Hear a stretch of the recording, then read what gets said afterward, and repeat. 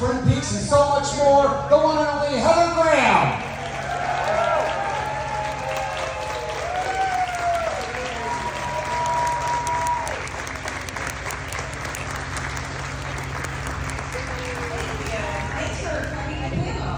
Thanks for coming. Is it the first time in the area? Yes, it's a cool city. I definitely want to come back sometime and explore it. Have you been doing many Comic-Cons lately? No, this is my first one. I was a bit nervous. They're a great bunch of folks. It's really a nice atmosphere. So I've got some questions for you, and then we're going to take some from the audience. So the first one I have is you work with some really cutting-edge directors, real groundbreaking cinema. What was your experience like with David Lynch on Twin Peaks? Well, I was a fan of the show, and I was obsessed with it. And I auditioned for this commercial, Obsession Perfume, and that's how I met David Lynch. And I did this commercial with Benicio del Toro, and he was doing some other ones with the actors from Twin Peaks. And then I got asked to be in Twin Peaks, and I was so excited. And to be honest, I had a crush on Kyle MacLachlan, so it was fun. What was the set like? I mean, was it a lot of improvisation? I mean, he's known to do a lot of interesting things on the fly. Well, I was in the second season, so it was kind of later on in the story, but I was excited. I got to be in the red room and speak backwards, so I had to practice speaking backwards. So when you saw the show after you finished it, and you watched it, was it different from when you filmed it, or was it pretty much true to what you thought the whole thing was when you read the script? It was the same. It was the same. There wasn't a lot of improvisation. I want to talk to you about Gus Van Sant now in Drugstore Cowboy. You guys seen Drugstore Cowboy? It's rather a dark film. It's rather a dark and unusual film. What were your thoughts when you first read a script like that? Well, I think I was 18 years old, and basically it was the first art film I had ever done, and I was really excited to work with Matt Dillon. I mean, he was huge, and it was just, that was only my second movie, so I was just so excited to get any job in any movie, and that was also Gus Van Sant's first movie. Was there a premiere to that, and what was it like being such a different film? There was a premiere, and it was during this time in like the late 80s, early 90s, where independent cinema got really exciting in America, and it was just really exciting, like a lot of creative movies being made and not needing to go through the typical studio system kind of thing. And what was Gus Van Sant's directorial style like, say, compared to David Lynch? Well, I actually worked with Gus before David, but anyway, Gus he doesn't say a lot, I think he just casts really well, and he's really quiet, and it just was cool being in Portland, and he just set the stage, and it was just so cool, and really set the mood, and then he doesn't really direct that much. So you obviously just working with some really cutting-edge directors. Another one would be Paul Thomas Anderson, your work on Boogie Nights. How did the role of Roller Girl come about?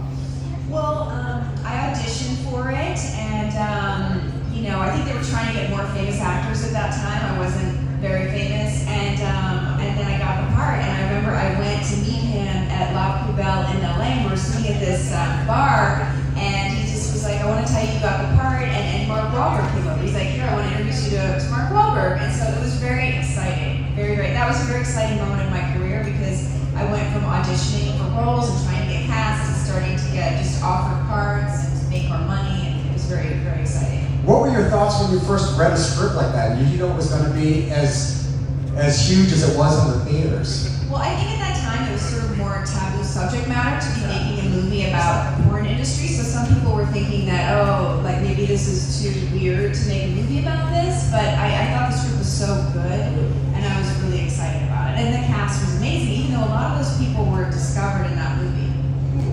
So was the script much different than the film at the end, or was? The script was, the script was great, and it's still a movie. He did let people, improvise and stuff, but definitely the whole structure of the script is the same. Let's get to the lighter films. Okay. Talk about your work on The Hangover, Swingers, and especially Austin Powers. Now, being that they're more fun films, are they more fun to make or less, or more challenging? I mean, to be honest, all movies are very long hours. So, but yeah, working on Austin Powers, it was very fun because Mike always wants to make everyone laugh, and he would always make the crew laugh, and he was just really, obviously a super funny person. But still, it's like, you know, you do the same joke over and over like 12 times. So by that, you are working hard, even though he's, you know, making everyone laugh. So during the takes, he doesn't really change anything. I mean, when you watch some of the films, it does look like some of that's right off the cuff. I mean, I know he's a great comic and looks very natural, but a lot of it does look like he's just trying to throw curveballs. Well, we would do rehearsals like on the weekend before we would shoot stuff, so it was all very rehearsed. So like by the time that we shot it, we pretty much knew what we were gonna do. Like he would throw stuff in occasionally, but mostly he was doing what we had rehearsed. So if you hadn't seen it before, it would be, you know, funny, but after doing it, you know, maybe 20 times the weekend before, you know, when you're in it, it's not, you know, you're starting to, you know what's gonna happen. And when did you know at what time there was gonna be a sequel from that film? Well, it was a sequel, the one that I was in, you know, because the Elizabeth Hurley version was the first one, and then they did do a sequel. And then, to be honest, I actually did a scene in the third one that they ended up cutting out. But I'm just really grateful to be in that film. Can you tell us what that scene was? It was something like where came back, and it was a huge party, and we talked or something. But I think that they just felt like it wasn't like pushing the plot forward. But no, I'm so grateful to be in that film. And the director Jay Roach is a really talented director. He's done a lot of other really cool movies. He did all of the Austin Powers movies, and he did Meet the Parents and Bombshell and a lot of really great stuff. So I know both those styles of movies are a lot of long hours. Do you prefer the serious roles or the comedic roles? I mean, what makes...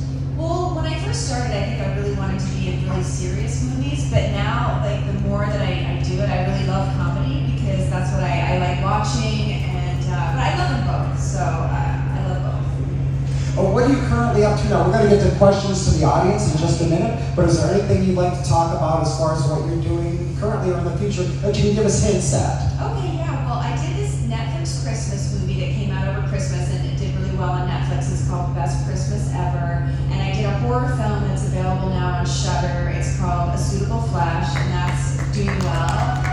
It's got really good reviews and stuff, and I did a Western called A Place of Bones, and that actually is coming out in August, and it just got named by Screen Rant as one of the top Westerns to watch this year. And then I just directed a movie, it's called Chosen Family, and hopefully it'll come out later this year. We're just doing a film festival run right now, we're going to different film festivals, and I also just shot a Western with Stephen Dorff and Nicolas Cage called Gunslingers. We just shot that last month. There's a lot of stuff. Can you tell us about... And wait, lastly, I am pitching a TV show, so send me some good vibes to, you know, to make it. With my friend, she's the showrunner of this really cool Netflix show called Ginny and Georgia, and it's this book by Leanne Moriarty who did Big Little Lies called The Hypnotist Love Story. So. Before we get to the questions, what directors influenced you in your directing style? Any directors that you worked with that I really like the way this person directs, I want to borrow some of that? Well, Sidney Pollack. I really like Sidney Pollack, and I mean, I love the movie Little Miss Sunshine, and I mean, there's so many good people, it's hard to like think of it sometimes. Well, Billy Wilder, and so many good directors. Yeah. It's a pretty stellar list. If you got a question, please raise your hand. Kyle's gonna come around. Hi, thanks for coming. Just want to know, do you have any like personal recollections or funny stories from Boogie Nights, like working with Burt Reynolds? Did he seem to be on board at the time? And like any personal memories you could share? Yeah, I mean, he was always really sweet to me. I think once he said like, oh, I have a Marilyn Monroe story I want to tell you. I think he said that she would walk down the street and that no one would recognize her, and then he said, oh, but when I turn on my persona, then everyone would recognize her. And I think he was in a lot of pain from like football injuries. I think he had to take like pain medication. And I mean, sometimes he could be a little grumpy, to be honest, but he was always really nice to me, and obviously he's an amazing actor. All right, let's get the next one. Actually, his last Comic-Con was ours, and he was really a great guy. Yeah. He was really No, wonderful. he was lovely. And actually, I remember him teaching Paul, like we were shooting that scene where I kicked the guy with my roller skates, and he was like, you have to shoot it this way if you want to get it finished tonight, and he was helping him figure out how to get all the shots done before the sun came up. Next question. And nice and loud into the microphone. I have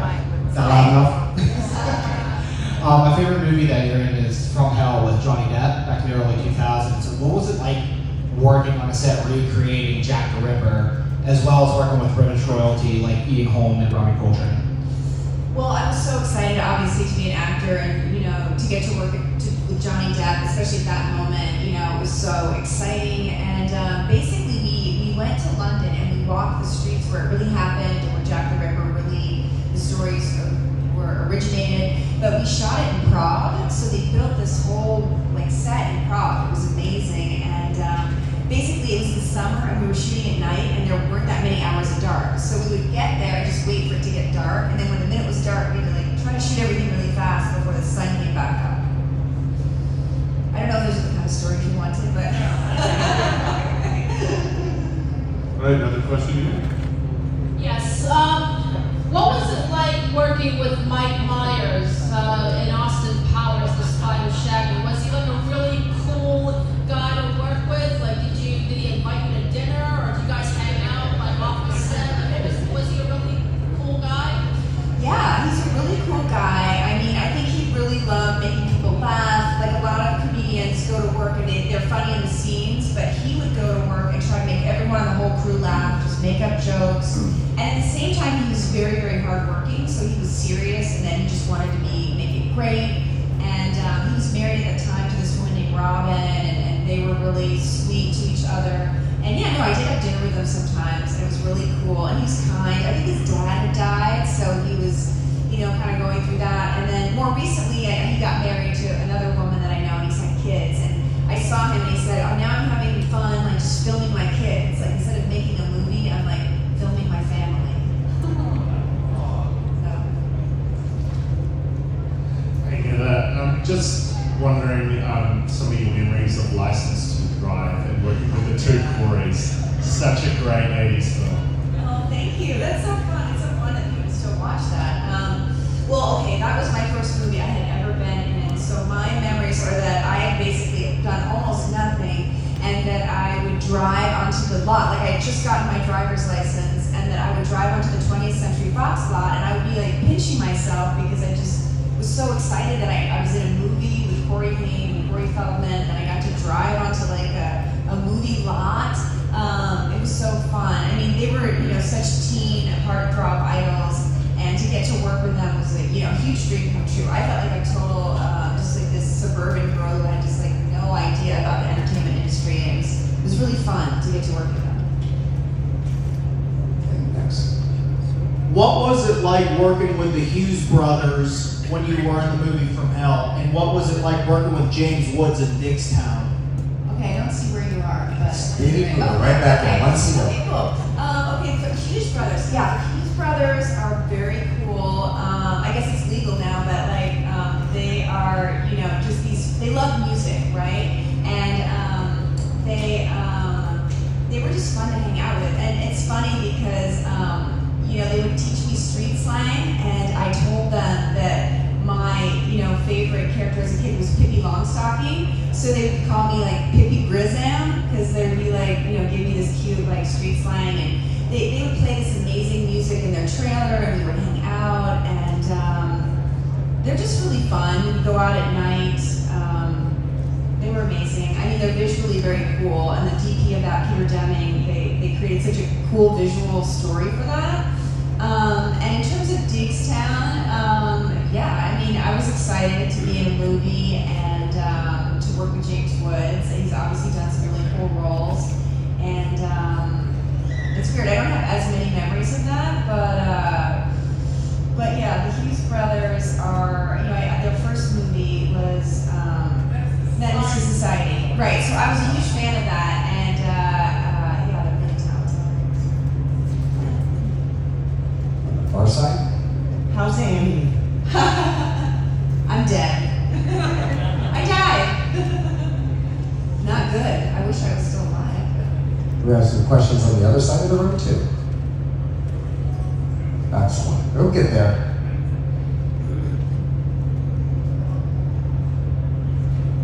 Hi, how you doing? Good. How are you? Doing fine. Wanted to ask, since you've now worked on both sides of the camera, which is more rewarding to you? Well, of course, it's really amazing to work on just some of the stuff I've done that's lasted. That you guys are asking me about. That was so about going to these conventions is like, oh wow, people still watch this thing, and it was made a while ago. But it is really fun to be on the other side of the camera when you want to tell a story about something that you care about, and it's fun to do both. I hope I can keep doing both.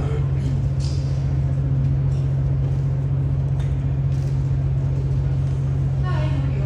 Good, how are you? So, when you filmed The Hangover, did it feel more like work or did it feel like it was fun?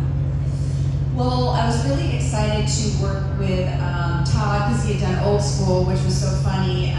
But you know, it feels like work in the way that as an actor, I think sometimes you're nervous, you want to do a good job. And at that time, really, none of those actors were that famous. Ed Helms was on The Office, but Bradley wasn't really as famous, and Zach wasn't as famous. But yeah, it's fun to work with improv comedians because that definitely there was a lot of improvisation, and they would make stuff up, and you definitely would not want to be cracking up from all the funny stuff they've come up with. Hi, Ever. Hi. I have a silly question for you.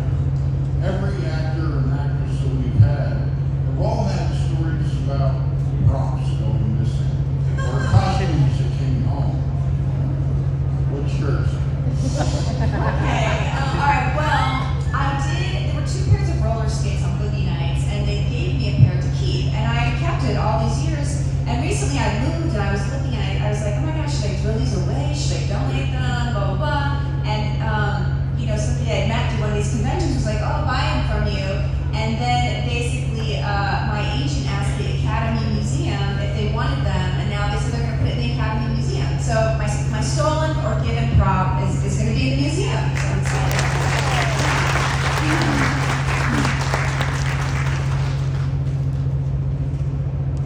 Hi, I wanted to ask you about an ensemble movie. You worked with a great man that we all wish was here today. What was it like working with Emilio Estevez on Bobby? Oh, I know. Well, look, I have to say, I feel really lucky that I did get a Breakfast Club picture yesterday. I mean, that movie was like seminal in my childhood. And I'm just so excited that I got to meet them, whatever, in the green room.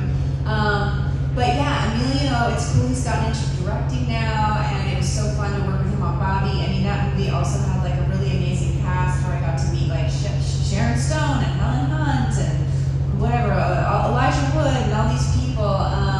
But it is great to see these actors who have such long careers and just watch their entire body of work. Like all the actors from The Breakfast Club, I'm just a huge fan.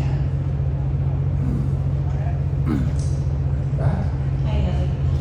I'm just wondering how much time you spent doing footage for Stab, the movie within Scream, where you played the movie Casey, basically. Like, did you guys spend a lot of time that stuff that didn't get on the screen?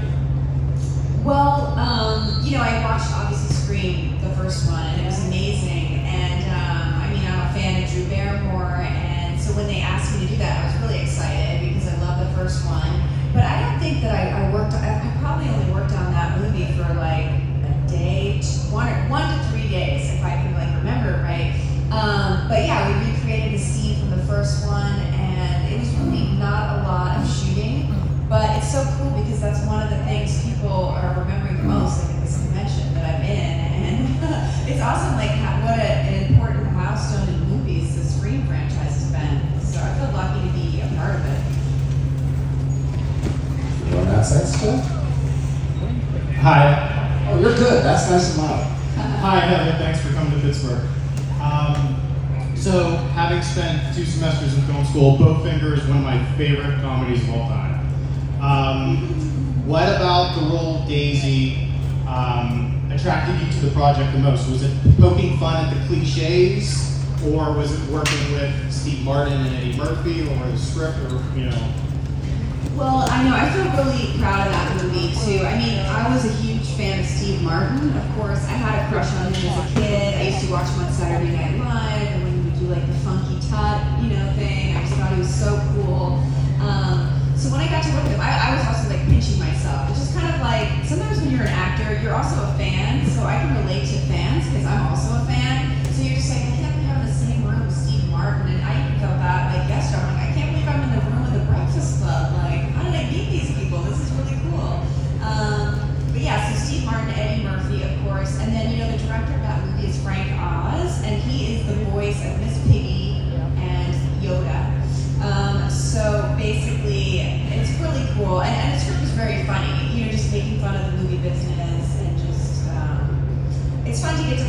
role that's really, it was a fun role to play because she's kind of bad, but she's good. You know, it's like it was a fun character. And down there also. You like Judy Mooney movies? Yeah. Good to see you again. Are you wearing a different costume today? Yes. Did you like Judy Mooney? I love Oh, good. like Austin Powers movie. Great. What is your costume today?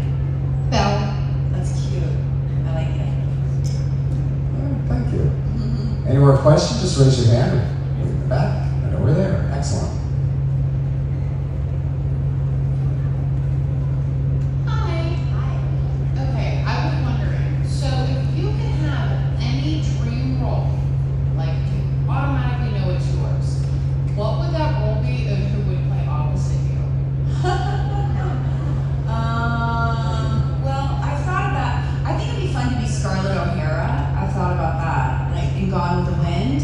And I also think it'd be fun to be Monster, you know, the Charlize Theron character. I don't know, it'd be fun to like play that crazy serial killer. Scratch. Okay. All the way back there.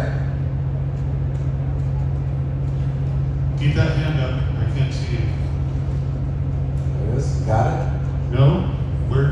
Where'd you go? I think someone might have been stretching. Okay. There, down front. You missed it. It was all the way down here. Oh, sure. I'll get my steps in today. Oh, I like your guys' Breakfast Club t-shirts. That's cool. Yeah. Where's Amelia? That's funny. It's really funny. What's out of everything that you've done, and I love your Boogie Nights. That's my God, I love that movie. Every time I watch it, even when I, back in my younger days, when I watch that movie, I still feel like, you know what I mean? Just because it's such a good, intense movie. Just I don't know. I love to have to say that. But what's been your favorite film to work on out of everything that you've worked on? What's been like your? And I know you have a lot, but what's your most favorite that you've experienced? I mean, I do think Boogie Nights is probably up there because it's fun working with Paul. He's just really a fun director to work with. But it's also fun directing. But I think I've been lucky with a lot of things. Like, it's pretty fun to go to the set and be like, oh, there's Steve Martin, you know? But I have to say, like, I enjoy every job I work on, except for maybe one or two. But I just love that I get to be an actress and feel really lucky. You're down front. Hello. Hello. I wanted to ask, what do you like to do on your off time? What do you do for fun? Do you like to do like hiking, vacationing, normal things? Normal day. I don't like to do any normal things. No. Of course I do. Well, I really love yoga. I really got into yoga. It's really great if you get stressed or you get anxious to do yoga. And I like traveling, of course. I like going to Mexico and just reading books. And I kind of got into cooking recently. I like food, basically eating food and cooking food, and of course just hanging out with my friends, things like that. Like, I like being lazy. I think doing nothing is also like an amazing thing to do.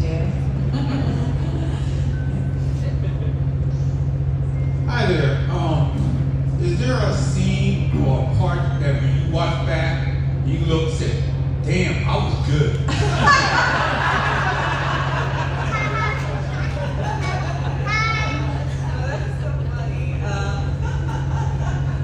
That's funny. Yeah, because as an actress, it's easy to get in your head and get insecure.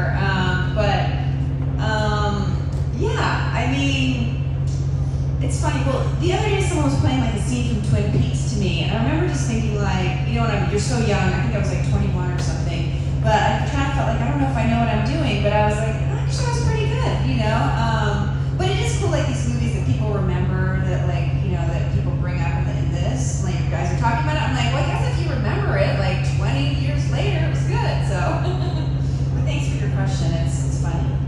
Okay, one over here. I did like when I was in Boogie Nights and I got to like do that scene with Julianne and like kick that guy and kick the guy with a roller skate. That was fun. Yeah. Hi, welcome to Pittsburgh. Thank you. I have one serious question to ask you. in regards to all the roles that you have played in Summer Camp, which is the hardest one? People can act, but people can't get into the character. What is your hardest character you have to play?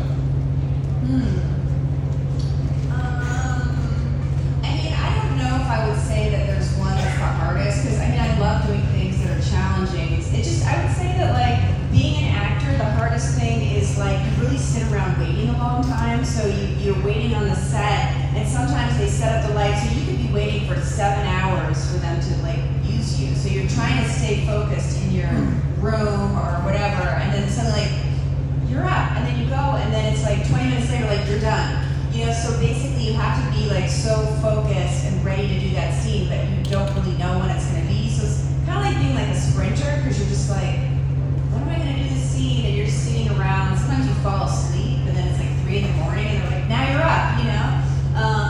So I don't know if it's a specific role, but just like, it's hard to, working on movies is a long hours. Sometimes you work like 16 hours a day. Like it can be a really long day. And toward the back. Hi, Heather. Hi. I absolutely love you. I love you in License to Drive. I was just wondering, do you have any memories of working on the movie show with Jamie Walters?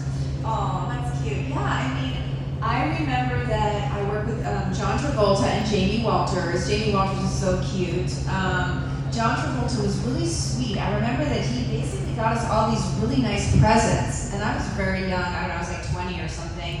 And he was giving us all these like Tiffany's pens, and I just thought, wow, these entertainment industry people are so fancy with their fancy presents. And but you know, Jamie Walters is sweet. It's just fun. You know, when you're like, I didn't grow up in the business. None of my family's in the business. Nobody I knew was in the business. So if you're just like a normal person and suddenly you're getting cast or being on a movie set, it's pretty exciting to just feel like, oh my gosh, I got into the movies. This is really hard to do, and I just feel grateful that I did.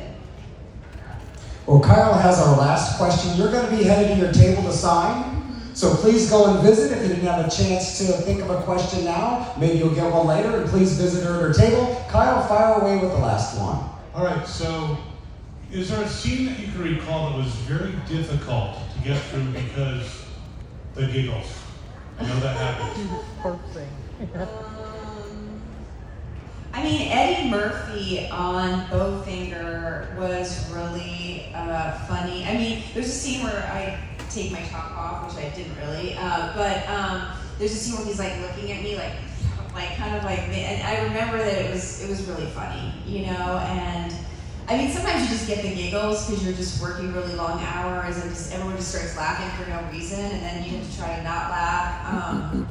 But I do feel lucky that I got to work with a lot of comedians that make you laugh a lot, so it's really fun. Well, thank you for coming out, being the first Q&A today. Head to your table, do some signing. Thank you. Thanks for the question. Give it up for Heather Graham. Thank you, Heather.